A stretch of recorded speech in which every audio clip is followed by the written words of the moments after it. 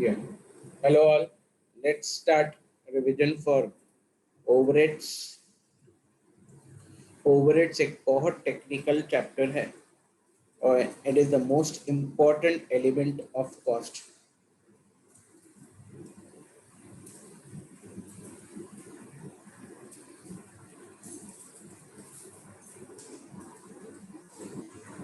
Overheads costing. In overheads costing, how to calculate overheads? For how to calculate overheads, you require to know what is overheads.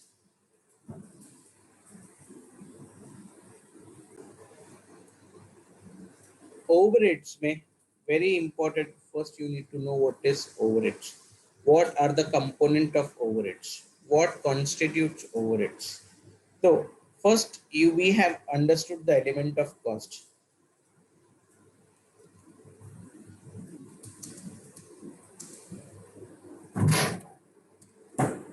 Element of cost, there are three elements of cost: material, labor, and expense.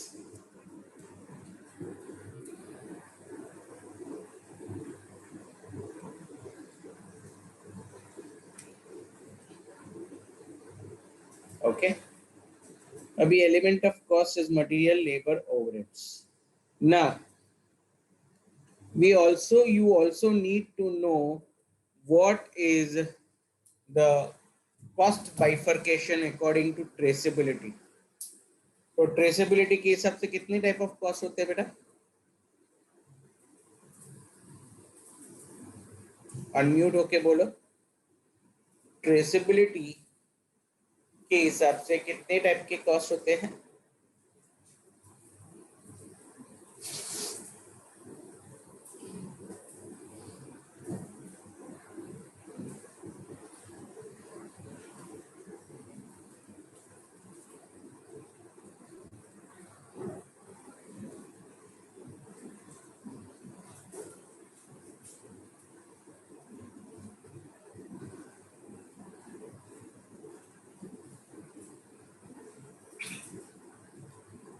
Okay, traceability के हिसाब से दो तरह के cost होते हैं. One is direct cost and second is indirect cost.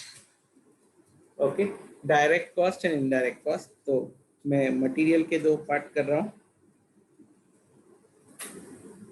Labour के दो पार्ट करूंगा,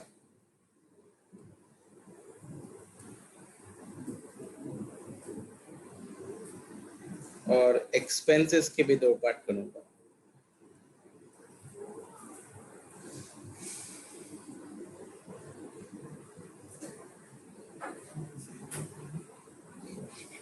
Now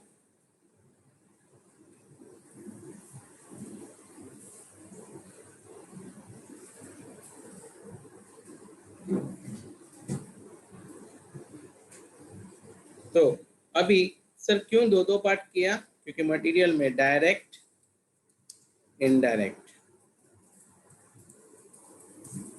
labour direct, indirect, expense direct, indirect. Remember, direct material का सब कुछ होगा मटेरियल कॉस्टिंग में.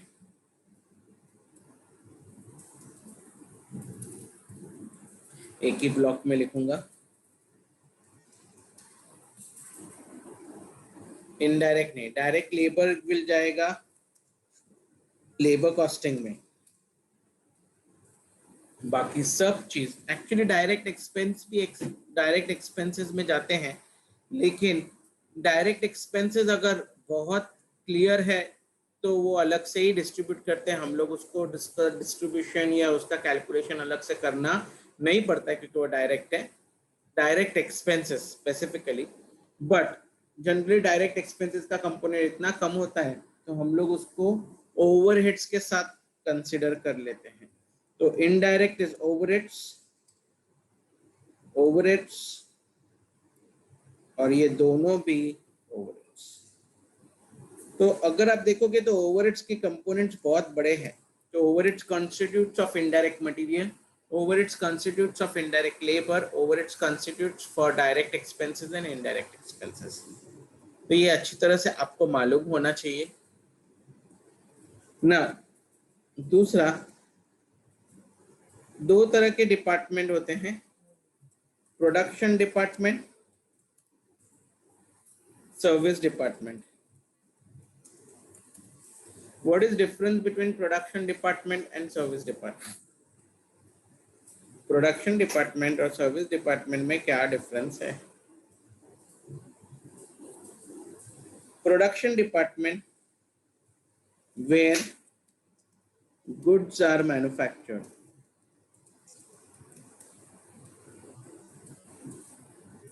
and service department में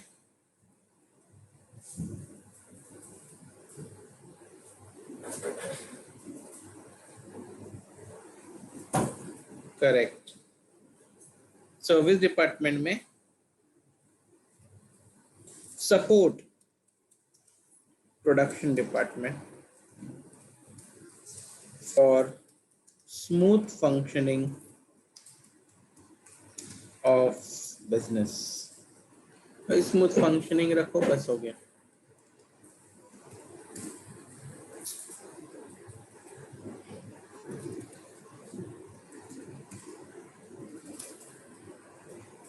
okay, we proceed ahead.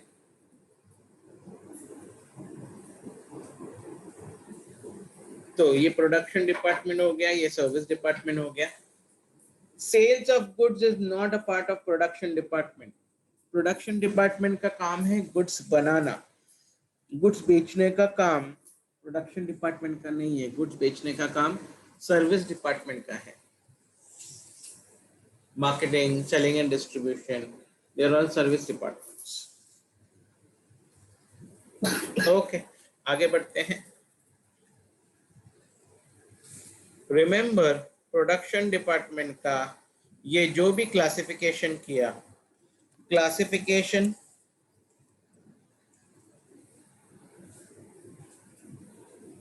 above is for production department,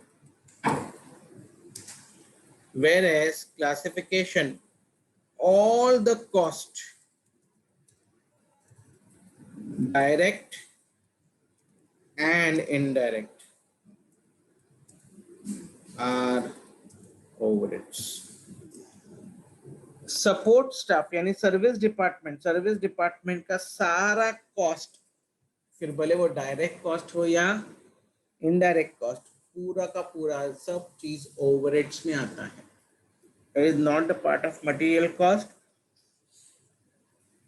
it is not the part of labour cost, it is overheads cost.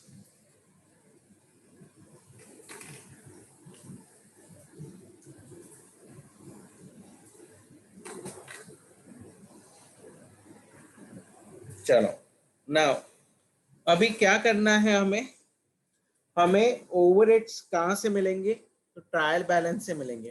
Trial balance में हमें बहुत सारे टाइप के खर्चे मिलते हैं जो मुझे प्रोडक्शन डिपार्टमेंट और सर्विस डिपार्टमेंट में बाइफरकेशन करना होता। तो रिमेंबर, मैं कैसे बाइफरकेट करूंगा? तो that is what is called as cost allocation and cost apportionment. Cost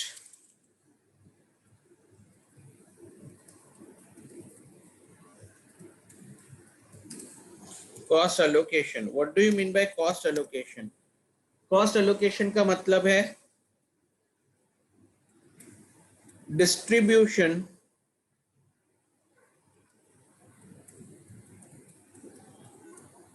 of goods, I'm sorry, distribution of cost rather,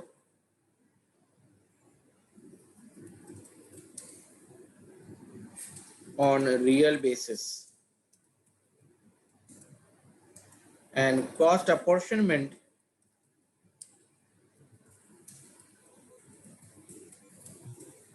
means distribution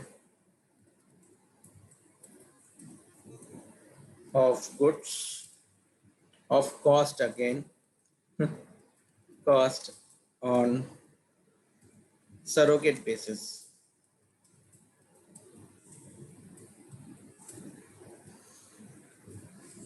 Cost apportionment, cost allocation. Now, what do you mean by real basis and surrogate basis? Surrogate basis means artificial basis. वो कब कर सकते हैं? जब आपको आपका real basis मालूम नहीं है, तब जब आप रियल बेसिस पे नहीं कर सकते तो आप सरोगेट बेसिस पे यूज करते हो. That is what is called as cost apportionment. Cost allocation जब रहेगा ना, तो वहां पे कोई आर्ग्यूमेंट नहीं होता है, नो डिस्कशन रिक्वायर्ड. लेकिन जहां तक कॉस्ट अपॉर्शनमेंट का सवाल है, डिस्कशन रिक्वायर्ड. क्योंकि तुम कौन से बेसिस पे यूज करोगे. अच्छा, ये बेसिस अवेलेबल है, ये अवेलेबल बेसिस पे हम करेंगे, तो that is what is called as apportionment. मतलब मांडवली करना, एडजस्ट करके एक सुटेबल बेसिस डिसाइड करके डिस्ट्रीब्यूट करना. That is what is called as cost apportionment. तो कैसे, जरा प्लीज ध्यान देंगे. ये सम लिया है मैंने इंस्टीट्यूट मॉड्यूल का पीडीएफ में, पेज नंबर 159, सम नंबर 1.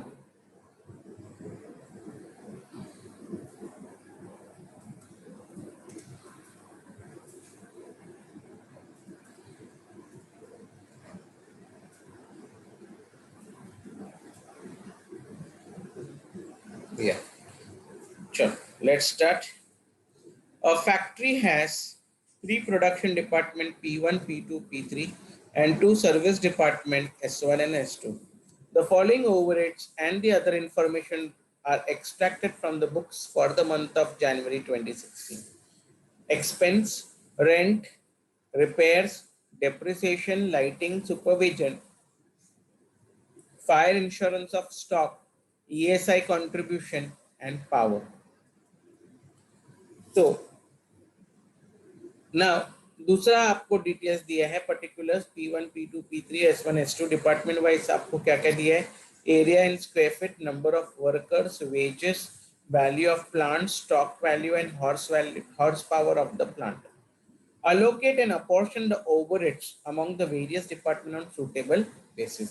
देखो खर्चे हैं, ये ट्रायल बैलेंस में हमें दिया रहता है. अभी मुझे ये जो खर्चे हैं मुझे डिपार्टमेंट वाइज करना है. डिपार्टमेंटलाइजेशन ऑफ ओवरहेड कैसे करूं, उसको कहते हैं प्राइमरी डिस्ट्रीब्यूशन. ये डिस्ट्रीब्यूशन को क्या कहते हैं, primary distribution.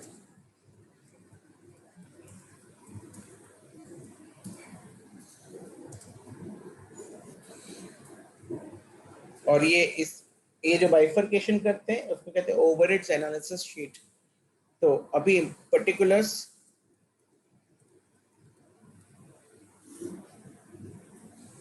Basis, production department में 3 है, सर्विस डिपार्टमेंट.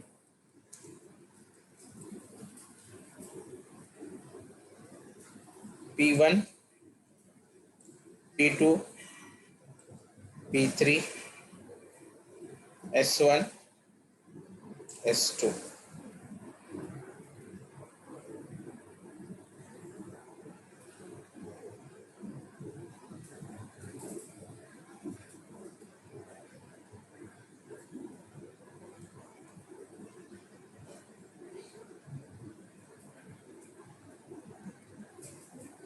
ओके, तो ये हो गया प्रोडक्शन डिपार्टमेंट, सर्विस डिपार्टमेंट. और एक मैं कॉलम बनाता हूँ and that column is called as ratio और you can say working. Okay, तो let's start. Excuse me. Rent कौन से बेसिस पे जाएगा, तो सर ये कॉस्ट एलोकेशन है कि rent will be purely distributed on the basis of area. Okay, उसका रियल बेसिस है, कोई आपके साथ डिस्कशन नहीं करेगा, आपको क्वेश्चन नहीं पूछेगा कि एरिया ए क्यू, दूसरा क्या ये भी तो हो सकता है। तो generally cost is distributed on the rent cost is distributed on the basis of area. हाँ, ऐसा हो सकता है कि लाइक पीजी है और लाइक 5 BHK है तो 3 BHK एंड 2 BHK जितना यूज कर रहे हैं उतना बेसिस पे यूसेज है। लेकिन अगर दो लोग रेंट के बेसिस पे पूरा घर यूज कर रहे हैं, both are staying equally, both are using equally, तो इक्वल रेशियो, तो that's what is called usage on the basis of usage. तो it is always in area, इसलिए उसको कहते हैं कॉस्ट अलोकेशन। तो कैसे, मैं पहले उसका रेशियो ढूंढ निकालता हूँ, वर्किंग के जगह पे रेशियो ढूंढूंगा। कैसे, कितना खर्चा है, खर्चा है 6000 और कितना अपना एरिया है, एरिया कितना है अपना, प्लीज कैलकुलेट कीजिए। 400, 300, 270, 150 एंड 80।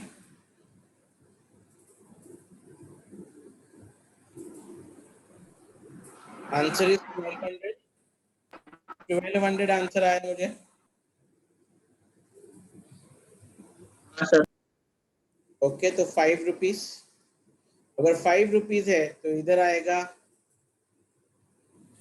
5 इंटू 400,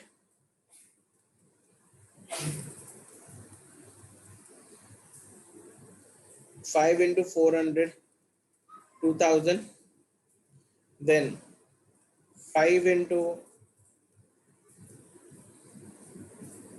300, 1500,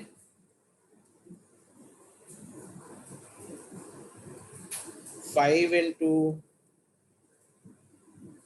270,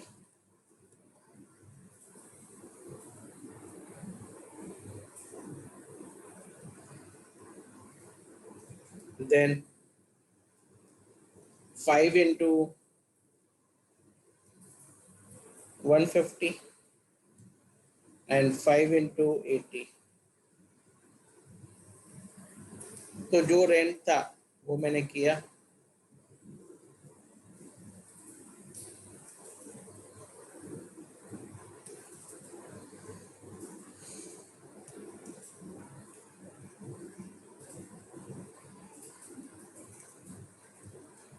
ओके, आगे बढ़ते हैं। Rent area repairs. Repairs is, किसका रिपेयर होता है जनरली, जनरली रिपेयर किसका होता है,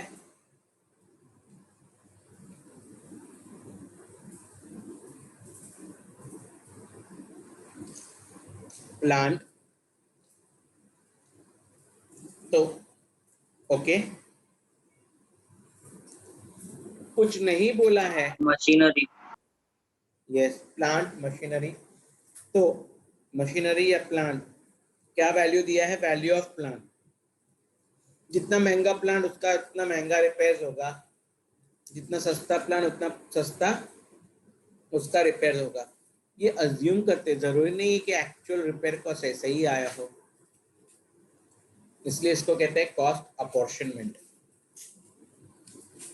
क्यों, क्योंकि उसका जो रियल बेसिस है वो हम ढूंढ नहीं सकते। तो वैल्यू ऑफ प्लांट, कितना खर्चा है 3600, please find out the value of plant.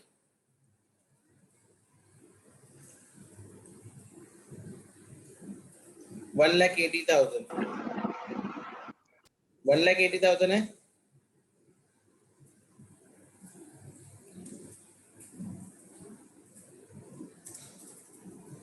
तो that comes to 0.02।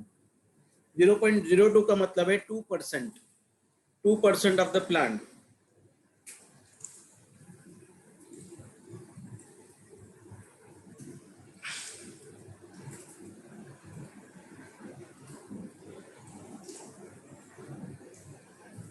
Then into 54,000,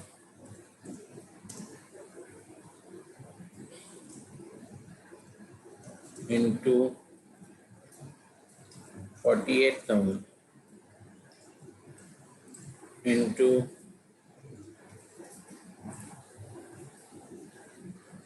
6,000. That's all. There is no plant in S2.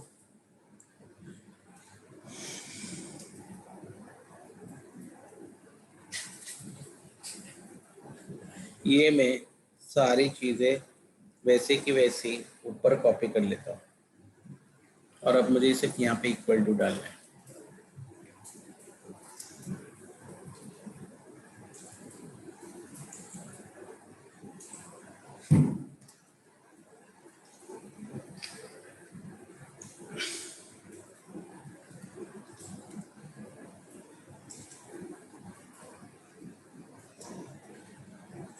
ये आ गया वैल्यू ऑफ प्लांट का रिपेयर कॉस्ट आ गया डिपार्टमेंट वाइज. अभी थर्ड है डेप्रिसिएशन. तो सर डेप्रिसिएशन किसका है? फिर कुछ नहीं बोला है तो generally it should be consider as plant. And plant का depreciation you can say cost allocation. It should be on the basis of value. जितना ज्यादा वैल्यू उतना ज्यादा depreciation.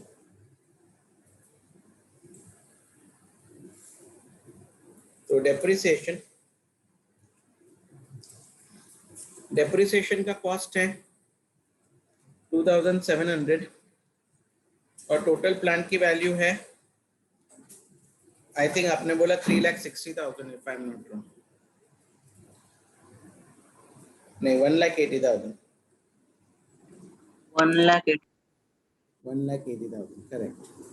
So that comes to 1.5%. Depreciation is 1.5%. ये तो repair से भी कम है. अजीब है.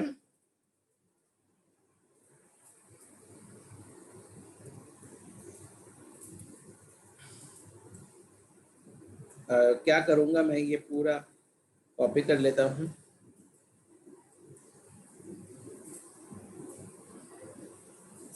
और बस यहाँ पे 0.15.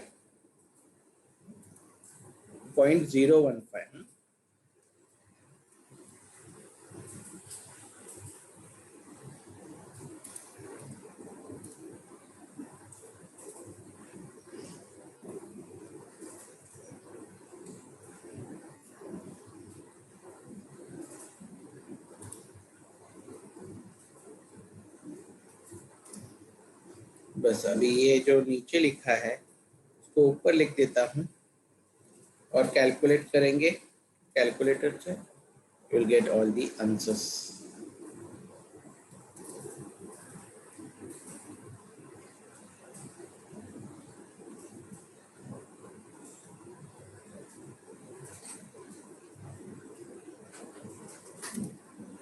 One second please.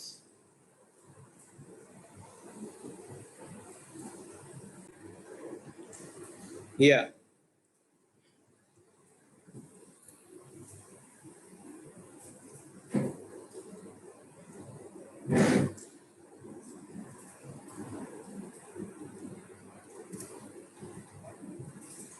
ये हो गया अपना डेप्रिसिएशन. लाइटिंग.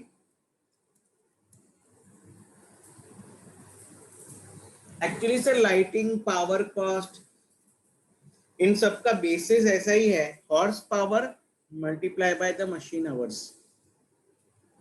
लेकिन सर लाइटिंग के केस में तुम्हारे कितने ट्यूबलाइट्स है, कितने फैंस है, उन सब का हॉर्स पावर तो हम लोग नोट कर लेंगे. ओके.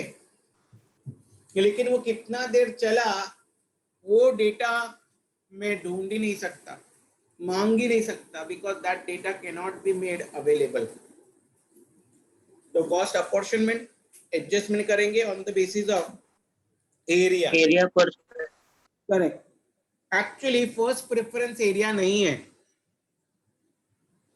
फर्स्ट प्रेफरेंस क्या है? Number of light points.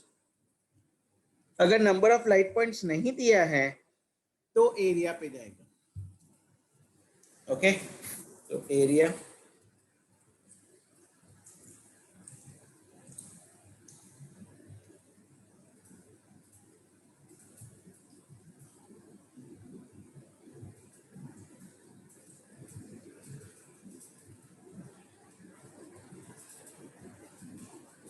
तो लेट्स फाइंड आउट कितना लाइटिंग कॉस्ट। लाइटिंग कॉस्ट है 600 रुपीज और मेरा एरिया कितना है सर? एग्जैक्टली 10% लेस, यानी एग्जैक्टली 10% ऑफ द रेंट 12.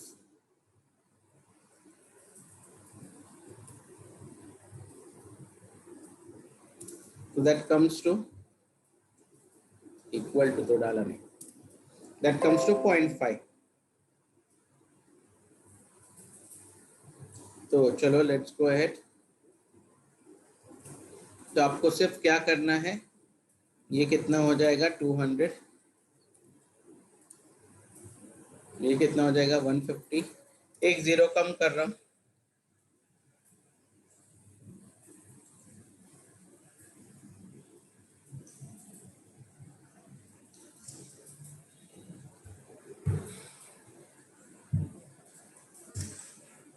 ठीक है।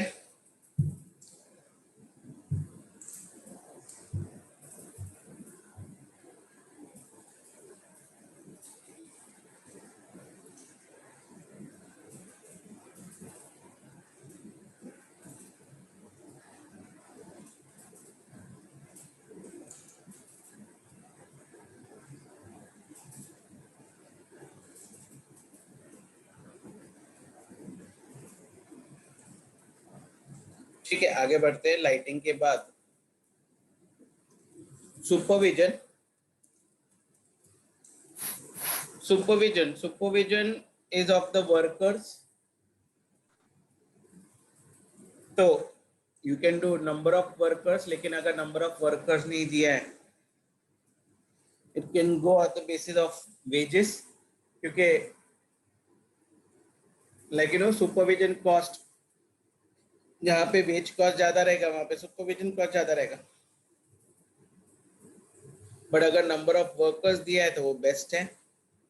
तो दिया है नंबर ऑफ वर्कर्स दिया है, यस। तो नंबर ऑफ वर्कर्स दिया है, सर बोलो बेटा। सर अगर ये वो आपने बोला ना कि सर अगर नंबर ऑफ वर्कर्स नहीं दिया रहेगा तो वेजेस लेने का। हाँ बोलो, गो अहेड। हाँ तो सर वो सर कैसे, मतलब वो कैसे सर वेजेस वाला? नहीं समझा, क्या पूछा आपने? वेजेस वाला क्या?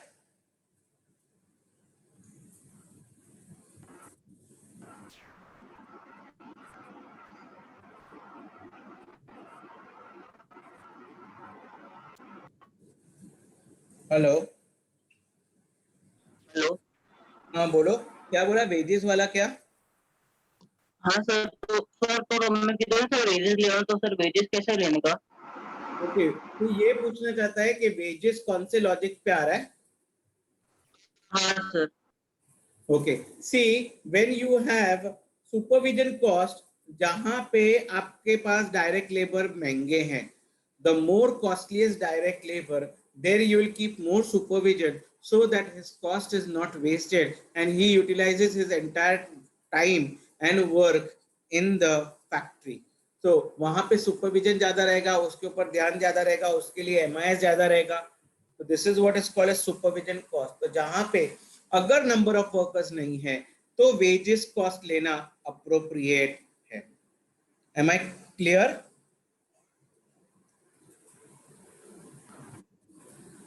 Yes sir. Okay, great great great. It should go on number of workers, दिया है तो कोई प्रॉब्लम नहीं है।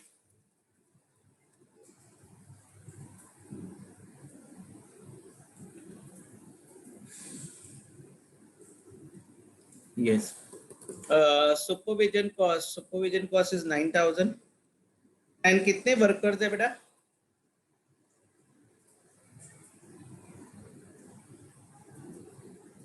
Workers is 180,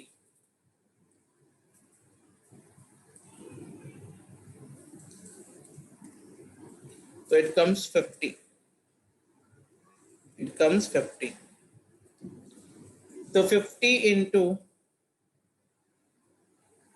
54, 50 into 48, 50 into 36, 50 into 24, and 50 into 18. चलो ये अभी सब वापस लिख लेता हूँ ऊपर।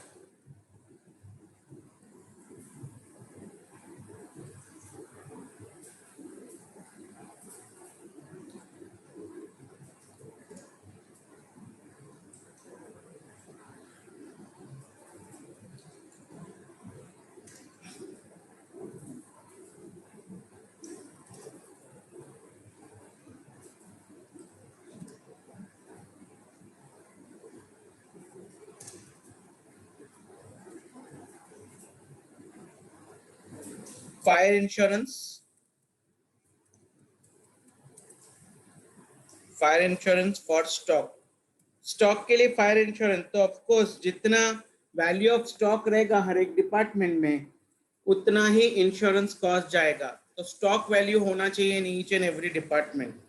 क्या दिया है वो? हाँ दिया ना sir, stock value second last item, it should go on the basis of stock value. 90,000। Yes yes yes दिया है ना बेटा। Stock value, stock fire insurance cost है कितना? 3000 डिवाइडेड बाय अपना स्टॉक वैल्यू कितना है? 45, 27, 40, 60, 60, 60, 72, 72, 72, 82, 82 एंड 90। मेरे हिसाब से 90,000 है बेटा, करेक्ट है? Correct sir. Thank you. तो 0.0 यानी 3.33%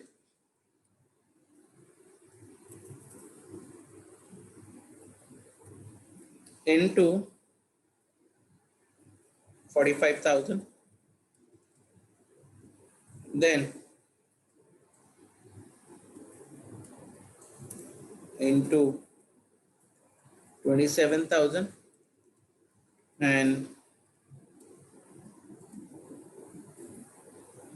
into 18,000.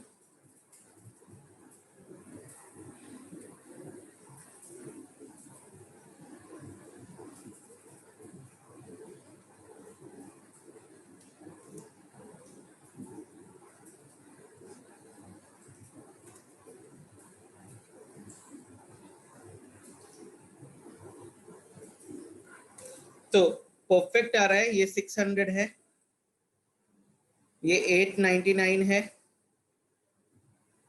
और ये 1499।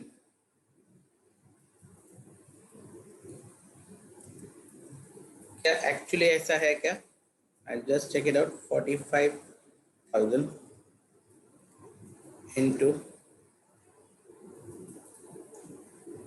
3.333333%, ये 1500 है ये। तो ये क्या होगा? ये 27,000 into 3.333333%, that comes to 900 and 600। या हो गया रहेगा मेरे हिसाब से, इतना कॉस्ट हो गया रहेगा 3000। चलो ठीक है, आगे बढ़ते हैं। फायर इंश्योरेंस के बाद नेक्स्ट हम लोग जाएंगे ESI contribution. ESI is ratio column is necessary to make, नहीं एब्सोल्युटली नहीं, ये मेरे लिए है, मैं अपने लिए कैलकुलेट करके रखता हूं ताकि मुझे पता चले ये फिगर कहां से आया। ठीक है, ESI is employ state insurance.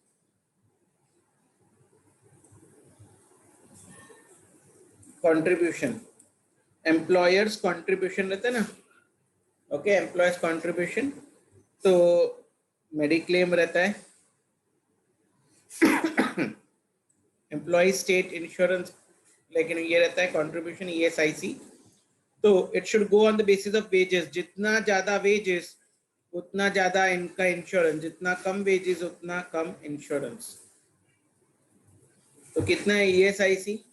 ESIC है सर 900 और वेजेस टोटल कितना है 18 एंड 5 33 43 45 एंड 15 45 55 60। मेरे हिसाब से 60,000 है, जरा चेक कीजिए प्लीज। तो ये हो गया 1.5%, 1.5%, 1.015 इंटू वेजेस कितना है 18,000, then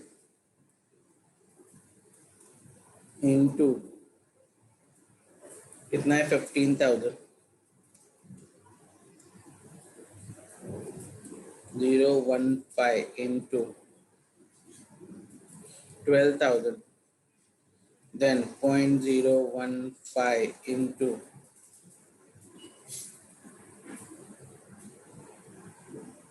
9,000, and last but not least 0.015 into 6,000। चलो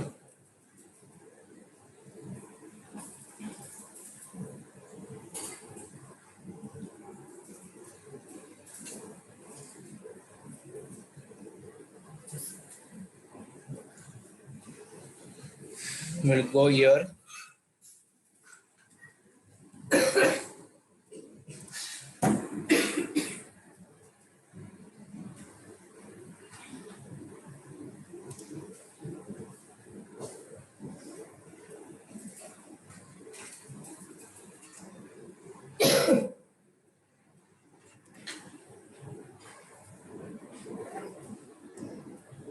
ये हो गया ESI, and last but not least power। Power should go into horse power into machine hours, लेकिन यहाँ पे मशीन आवर्स नहीं दिए हैं, लेकिन हॉर्स पावर दिया है, तो it will go only on horse power. Sir yes please. Sir exam में सर ये सर जो अभी सर हम लोग को MCQ टाइप में आएगा ना, करेक्ट। तो सर जैसे सर आपने अभी ये पूछा ना कि अगर सर सुपरविजन के लिए अगर नंबर ऑफ वर्कर्स नहीं रहेंगे तो वेजेस ले सकते हो। तो सर वो लोग सर ऐसे सर 2 मार्क के क्वेश्चन या 1 मार्क का क्वेश्चन बना के पूछ सकते हैं। डेफिनेटली ना, आपको अभी बोलेंगे कि पावर का रेशियो बताइए, ये सारे डिपार्टमेंट में कौन से रेशियो में जाएगा, तो आपको पावर का ये रेशियो ढूंढना है, दैट्स ऑल। रेशियो है 6 इंटू 4:3:1.5:0.5, सिंपल ऐसे। मतलब सर ऐसे टाइप के क्वेश्चन वो लोग पूछ सकते हैं ना? डेफिनेटली पूछ सकते हो बॉस, पूछ सकते नहीं, पूछा है पास्ट में, पूछा है प्रीवियस एग्जाम के। पहले जब फाउंडेशन स्टूडेंट्स को material labour overheads marginal costing and cost sheet, ये material labour overheads marginal costing and cost sheet, ये 5 चैप्टर्स कॉस्टिंग के थे, लेकिन उनको एमसीक्यू फॉर्मेट में, पहले एकदम सब्जेक्टिव था, फिर एमसीक्यू फॉर्मेट में था। तो एमसीक्यू फॉर्मेट में वो ऐसे क्वेश्चन पूछे गए हैं। Okay sir. तो आपको पावर दिया है 5,400 divided by 1,300, 1,400, 1,500, so that comes to 3.6, that comes to 3.6। तो चलो करते हैं। 3.6 into 600, मतलब ये रेशियो हो गया बेटा 600, 400, 300, 150 एंड 50।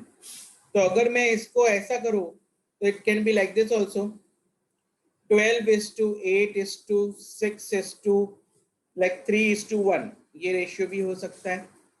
आपको करने को आना चाहिए। This is what you are suppose to understand.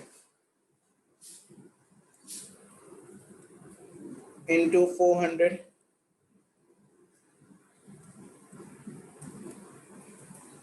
into 300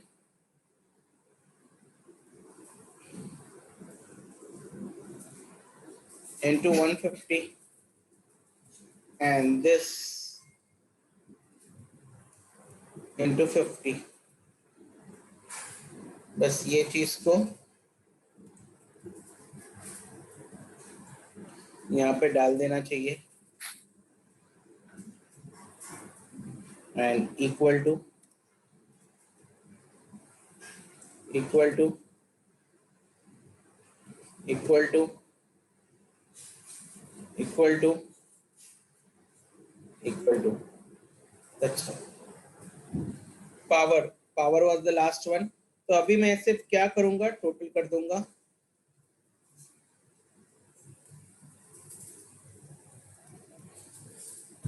क्योंकि मुझे बीच बीच के नहीं लेने हैं, तो I will have to do like this.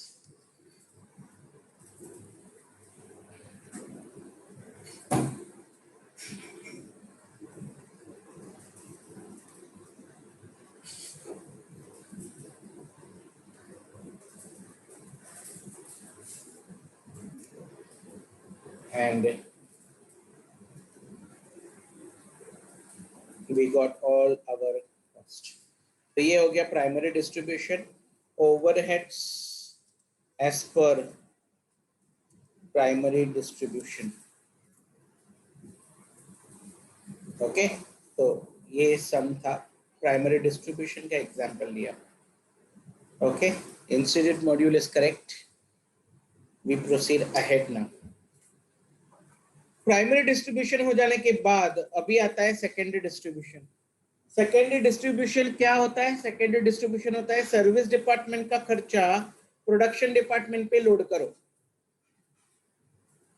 Service department का खर्चा प्रोडक्शन डिपार्टमेंट पे लोड करो, that is called as primary secondary distribution. अब सवाल आता है सर, सर्विस डिपार्टमेंट का खर्चा प्राइमरी प्रोडक्शन डिपार्टमेंट पे क्यों डालूं? क्योंकि सर्विस डिपार्टमेंट का खर्चा आप कंज्यूमर्स के पास से डायरेक्टली वसूल नहीं कर सकते। I can not recover my service department overheads directly from customer, hence I will have to do. देखो बहुत सारे लोग आपको बोलते हैं ये फ्री है, ये फ्री है, ये क्रैश कोर्स भी देखो फ्री है। ओके, तुम लोग के लिए क्रैश कोर्स फ्री है। नाउ क्रैश कोर्स फ्री रखने का मैं आपको, if you remember my wordings, I told you nothing is free in this world, everyone comes with a cost. Okay, तुम लोग बोलते हैं, मैं आपको बोलता हूँ लेट मी टेल यू, जो एक्चुअली फ्री रहता है ना वो सबसे ज्यादा कॉस्टलीस्ट रहता है। ओके, हमें लगता है कि वो फ्री है, नहीं, वो सबसे ज्यादा कॉस्टलीस्ट रहता है। क्यों? क्योंकि वो एक बार जाता है तो वापस नहीं आता है, और हमें उसकी रिक्वायरमेंट या हमें उसकी अहमियत या वैल्यू तब पता चलती है जब वो चली गई रहती है। ओके, तो बहुत क्रूशियल है, बहुत इंपॉर्टेंट है।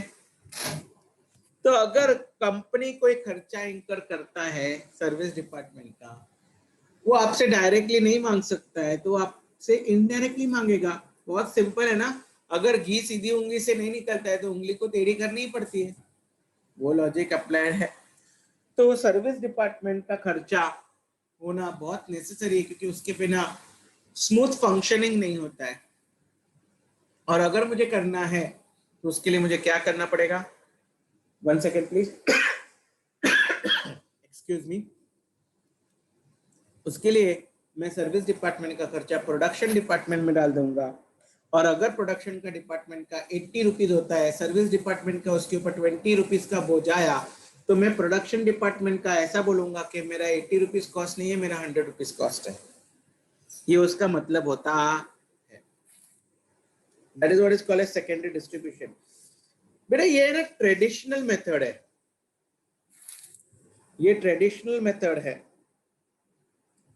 Traditional method of overheads. आज के तारीख में दिस इज मॉडर्न मेथड, और मॉडर्न मेथड में मॉडर्न मेथड कौन सा है? Activity based costing. Okay, traditional में पहले ऐसे हुआ करता था, क्योंकि लोग फ्रैंकली स्पीकिंग पहले ये सारी बातें ऐसे बाहर नहीं आती थी,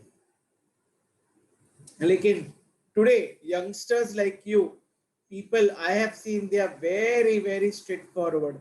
They use this concept, I am what I am, मैं वही हूँ जो मैं हूँ, जो मैं दिखता हूँ मैं वही हूँ। If you like it you keep, if you don't like it like you know you can proceed ahead। बहुत simple, exactly and hence. But ये ट्रेडिशनल सिस्टम है तो हमको सीखना तो पड़ेगा कि हाँ बाबा पुराना मेथड है, तो पुराने मेथड में सर्विस डिपार्टमेंट का खर्चा प्रोडक्शन डिपार्टमेंट पे डाला जाता है। तो कैसे करने का?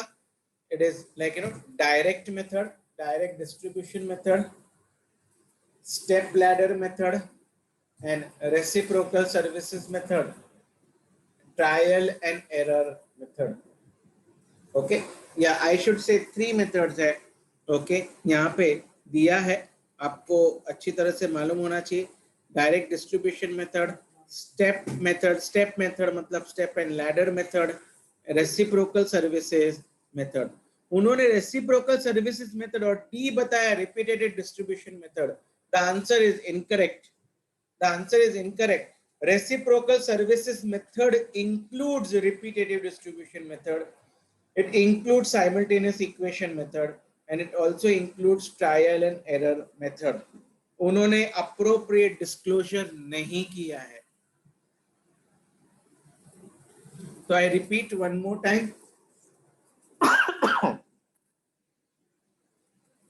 1 direct distribution method, 2 repetitive distribution method, I'm sorry, step ladder method, and third is reciprocal services method. Reciprocal services method के अंदर 3 मेथड आते हैं। वन इज कंटिन्यूअस डिस्ट्रीब्यूशन या repetitive distribution, second simultaneous equation, and third trial and error. क्या logic है आपको बता देता हूं। डायरेक्ट डिस्ट्रीब्यूशन में क्योंकि ये ऐसे सर्विस डिपार्टमेंट है जिनका हमें क्लियरली डिस्टिंग्विश पता है, हाँ ये इसके वजह से, ये फॉलोइंग एक्टिविटी की वजह से ही हो रहा है, तो जो डिपार्टमेंट जितना एक्टिविटी कंज्यूम करता है हम उतना कॉस्ट उसको लोड कर देते हैं, तो डायरेक्ट डिस्ट्रीब्यूशन होता है। लेकिन जब आगे पीछे कंटिन्यूअस होता है, मतलब ये डिपार्टमेंट इसके ऊपर करता है, लाइक कैंटीन सब लोग कैंटीन यूज करते, तो इन दैट पर्टिकुलर सिनेरियो हम कैसे करेंगे?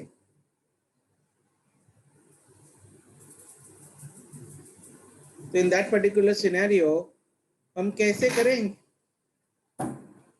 तो in that particular scenario repetitive distribution या continuous distribution या simultaneous equation method, these are the 2 methods।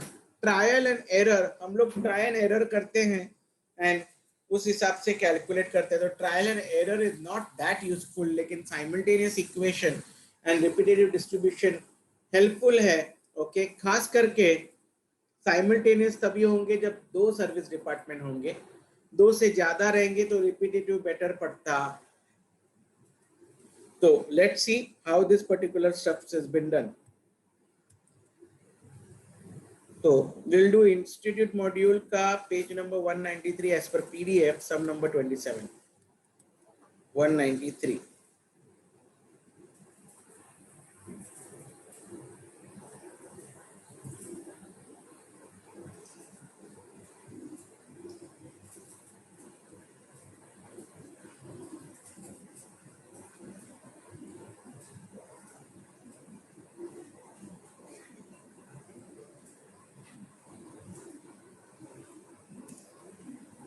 Sum number 27।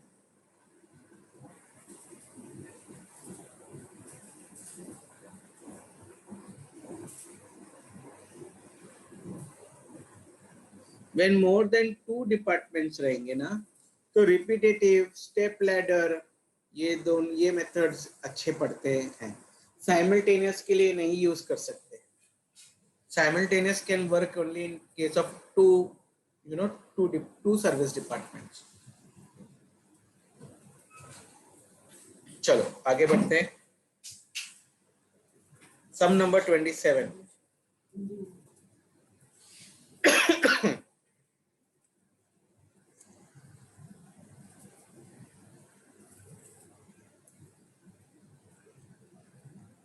In a factory, there are 2 service departments, P and Q, and 3 production departments, A, B, and C. In April 2015, the departmental expenses were A, B, C, P, and Q. यानी already primary distribution हो चुका है और अभी हमें service department expenses करने हैं, and that is done on this following percentage. So they are saying you do it as per simultaneous equation and repetitive distribution. तो हमें ये सम दो तरीके से करना है, तो चलो let's do it. Repetitive,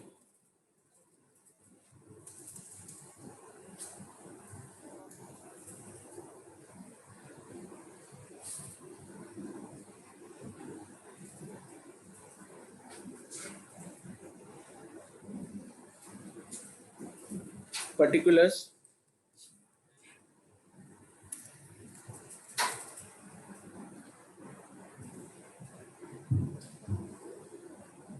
one second please.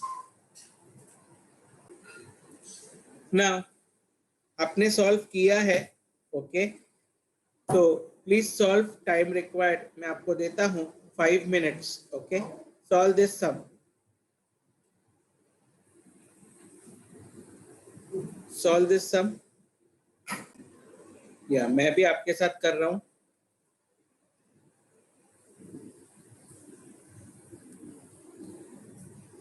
Production department, production department में है A B C and this is P, this is Q. Service department,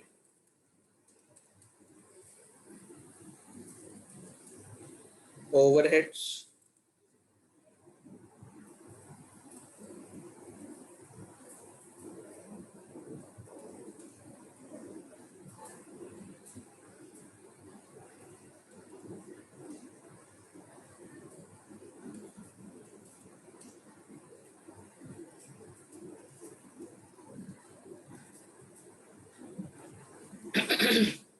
okay.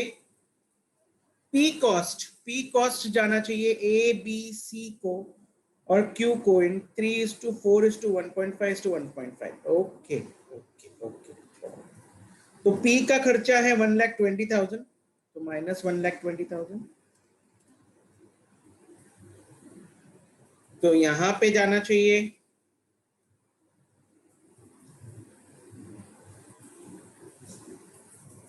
Into 0.3, then यहां पे जाना चाहिए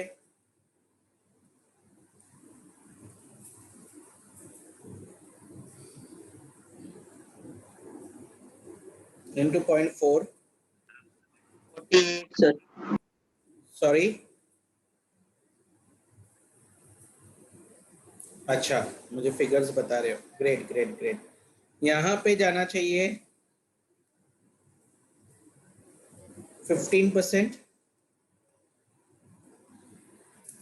और यहां पे भी जाना चाहिए 15%।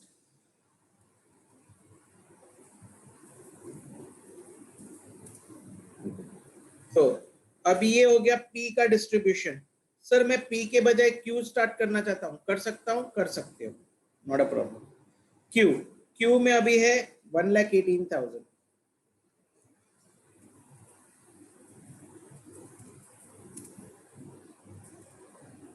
तो 1,18,000 इंटू 0.4,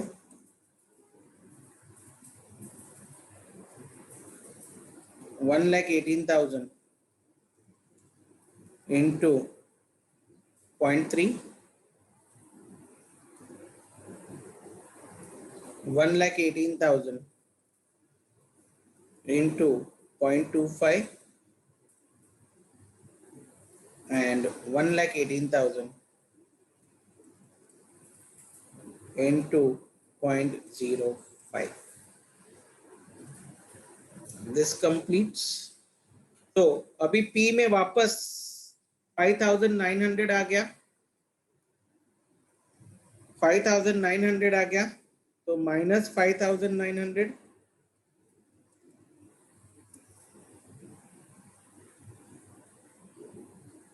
तो लेट्स स्टार्ट.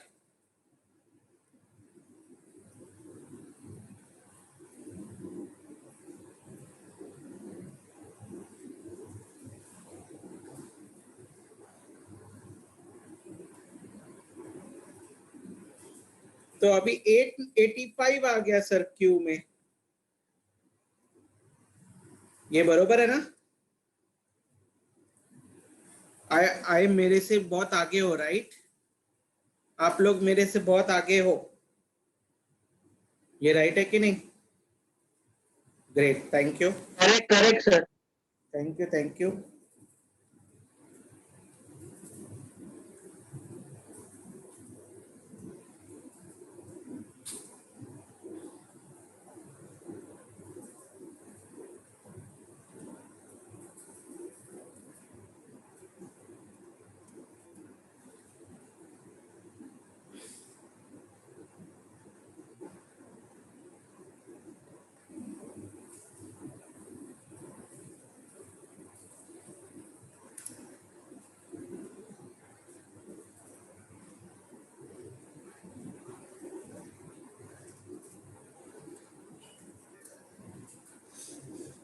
या तो अभी डेसिमल आने लग गए.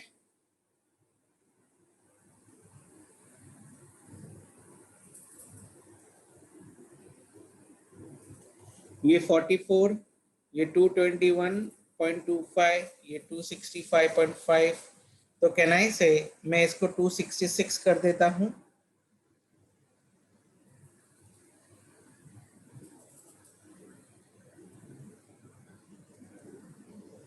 तो ये 221 हो जाएगा और ये 44 हो जाएगा.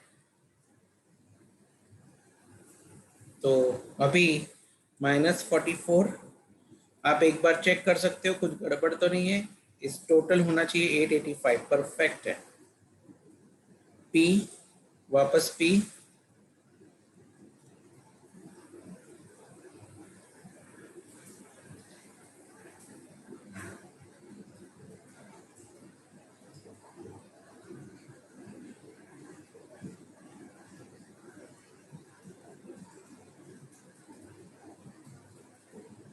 Q. अभी डेसिमल्स में आ गए हैं, इसको 13 बोलेंगे, इसको 18 बोलेंगे,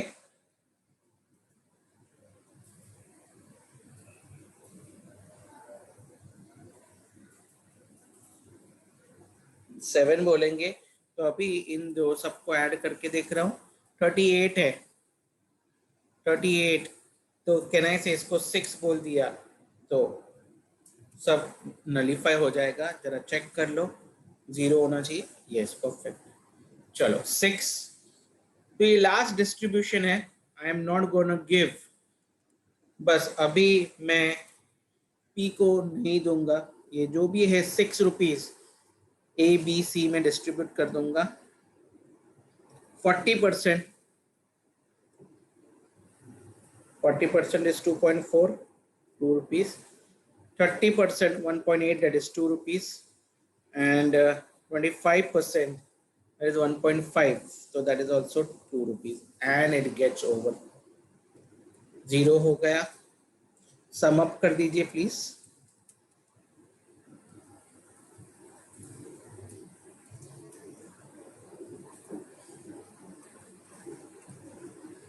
क्या ये वैल्यूज करेक्ट है?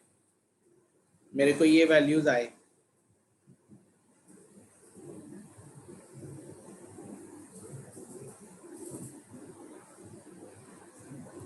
7,35,339, 686,046 and 548,615. Yes, दिया है. I can do the same thing by simultaneous method. Simultaneous method, चलो. Time given 5 minutes. चलो simultaneous करके दो. Yes, simultaneous equation में mistake होने के chances ज़्यादा हैं.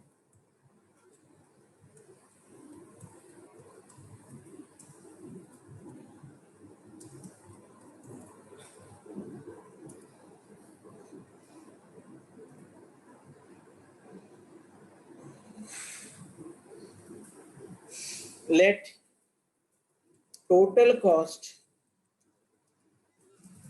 of production department be X. लेकिन let total cost of which of production department A be X. Let, मैंने गलती किया मेरा बेटा. Let the total cost of service department, क्योंकि हमको सर्विस डिपार्टमेंट का डिस्ट्रीब्यूशन करना है. Service department P be X and let the cost of service department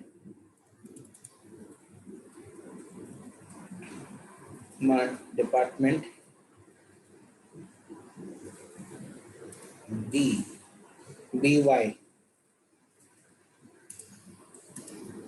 Okay, तो X total cost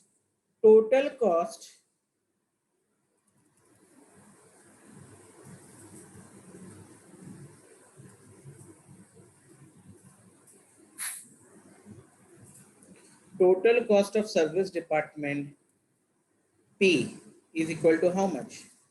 Is equal to own cost, उसका खुद का cost plus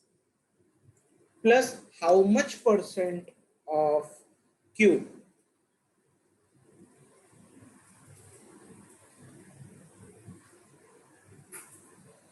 plus how much percent of Q.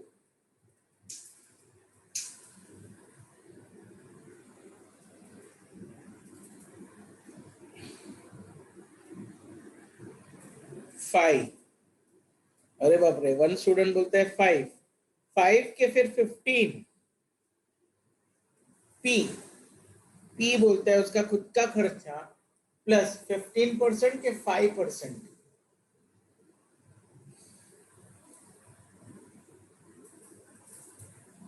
Exam में आने के chances सबसे bright. सिर्फ equation पूछेंगे, सिर्फ इक्वेशन 1 मार्क के लिए.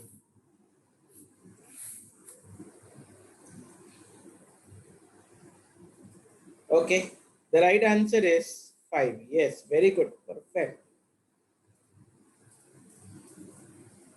5% of Q. So now over here, this should be P is X. X is equal to own cost. Own cost is how much? Own cost is 1,20,000 plus 5%, that is 0.05 of Q. Q is considered as Y. ये एक equation तैयार हो गया. Similarly, the total cost of service department Y, total cost of service department B is equal to how much? Is equal to own cost, उसका खुद का cost plus 15%. बहुत correct है, 15%.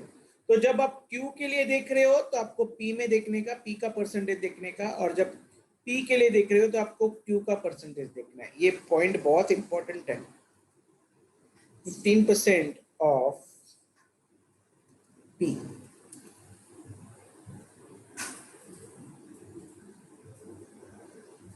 तो y is equal to own cost is 1 lakh plus 0.15 या 0.15 x, ये हो गया equation 2. This is equation 1 and this is equation 2. Now you have to solve simultaneously. Simultaneously solve करने के दो तरीके हैं, या तो x की वैल्यू y में सब्स्टिट्यूट करिए या y की वैल्यू x में सब्स्टिट्यूट कीजिए, वैसा करो, नहीं तो कैंसिल करके कॉमन करके कैंसिल कर दो, whichever you feel better, आप वैसा कर सकते हैं. तो राइट नाउ x की वैल्यू y में सब्स्टिट्यूट करना मच बेटर है.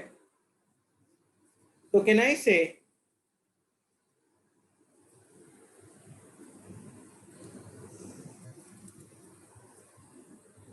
substituting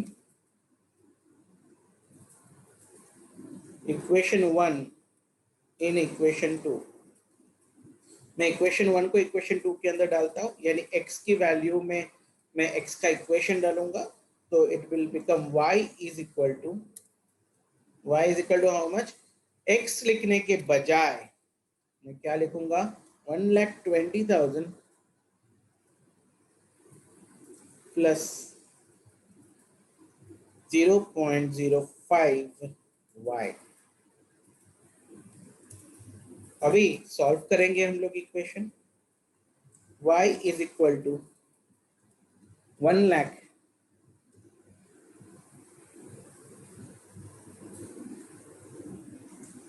plus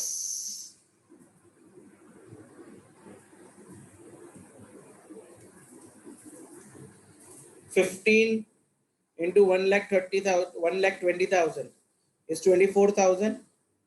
Oh, sorry. No. 12 and 6, 18,000 plus 15 into 0.5. Oh, sorry. 0.15 into 0.05. तो मेरे हिसाब से 0.075. Is it correct? कि 0.0075. क्या आया आंसर आपका? 0.0075. 0.0075. एब्सोल्युटली करेक्ट, बरोबर है. 0.0075 ही आना चाहिए.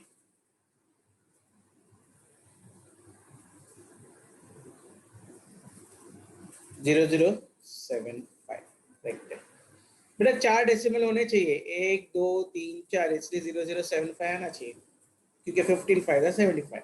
Anyways y is equal to, अभी ये पॉइंट उधर जाएगा तो माइनस हो जाएगा, तो 1 माइनस 0.0075 कीजिए.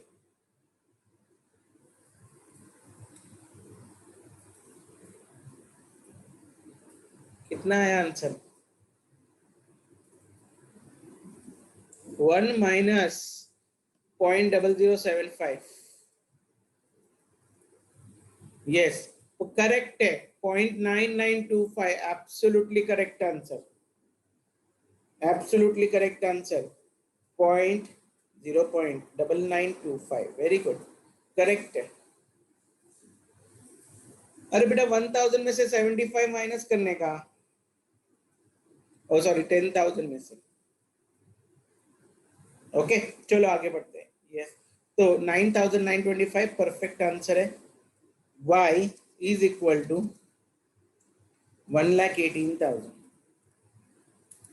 तो y is equal to 1,18,000 divided by 0.9925. Please बताइए y की वैल्यू 1,18,000 डिवाइडेड बाय 0.9925 कितना? 1,18,916. 1,18,891.6 मुझे ऐसा दिखाई दे रहा है. 11 lakh sir. I am sorry, It is 1,18,891.68. Okay, तो y की वैल्यू आ गई, y इज इक्वल टू 1,18,892. 892. तो x की वैल्यू कितनी आएगी? तो x की वैल्यू आएगी 1,20,000 प्लस 0.05. यस, तो जो भी 1,18,892 का 5% कितना होगा? Is it 5944.6? It is 5945. ठीक है, तो चलो प्लस कर दीजिए उसको 1,20,000.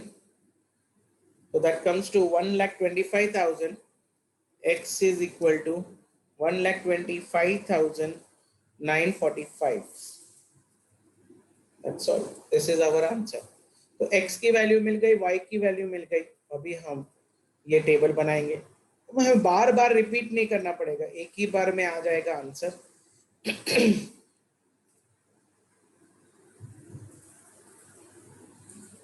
लेकिन पहले हमने क्या किया था, p की वैल्यू 1,20,000 लिया था. अभी हम 1,20,000 नहीं लेंगे, 1,25,945 लेंगे.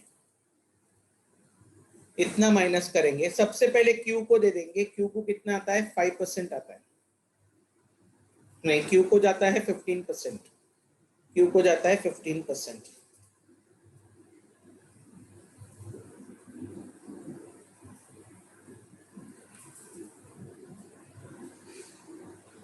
तो it is 1,25,945 into 0.15.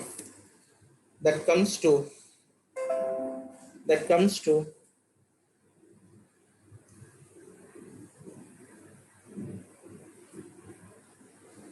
18,892. 18,892 आ रहा है. 18,892. अभी बाकी सब चलो दे दीजिए. 1,25,945 into 30%. So that comes to this much. Then this is 125,945 into 0.4, 40%. And last but not least, 1,25,945 into 0.15. तो हो गया. अभी इसको 18,892 कर दीजिए. और मुझे ऐसा लगता है कि इसमें 37,783 होना चाहिए. 37,783 होना चाहिए. तो देखता हूँ, जीरो हो रहा है. परफेक्टली मैंने पूरा P का डिस्ट्रीब्यूशन कर दिया.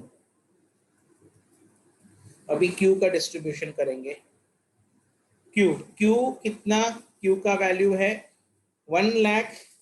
Y ना, Y is Q value 1,18,892.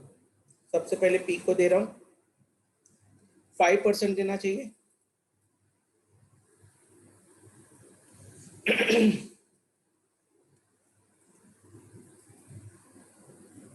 So that comes to 590. So this should come 5,945. 945. Okay, चलो ये हो गया. अभी A को कितना जाना चाहिए? A को जाना चाहिए 40%. तो that is 47,557. 47,557. Then इसको जाना चाहिए 30%.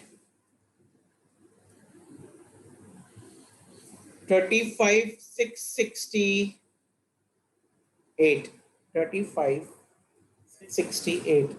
तो इसको हम लोग रिमेनिंग दे देंगे, तो भी चलो एक बार कैलकुलेट करते हैं इनटू 0.25, तो दैट कम्स टू 29,793। चेक कर लो क्या बरोबर टैली हो रहा है कि नहीं। 29,723, 29,723, 29,723। अभी इसको माइनस साइन डाल दीजिए, 0 होना चाहिए। 0 हो गया मतलब टैली। 1 रुपी एक्स्ट्रा आ रहा है, यानी यहाँ पे 1 रुपी एक्स्ट्रा आ रहा है, तो हम लोग क्या कर देते, ये 6 था ना बेटा, तो ये 6 था तो इसको 7 कर देते हैं। अभी देखते हैं, परफेक्ट 0 आ गया। एक भी रुपए का प्लस माइनस मतलब हमको राउंड अप में करना पड़ेगा।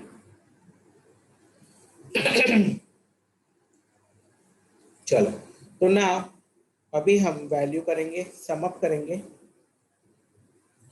सम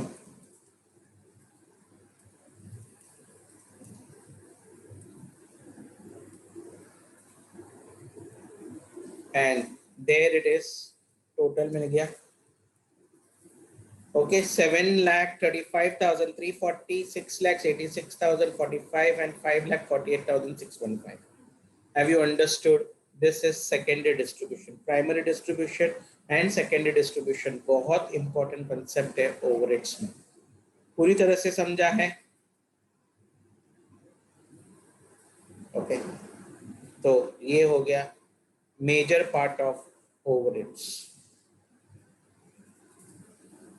तो अभी आगे बढ़ते हैं। राइट नाउ यहाँ तक ठीक है।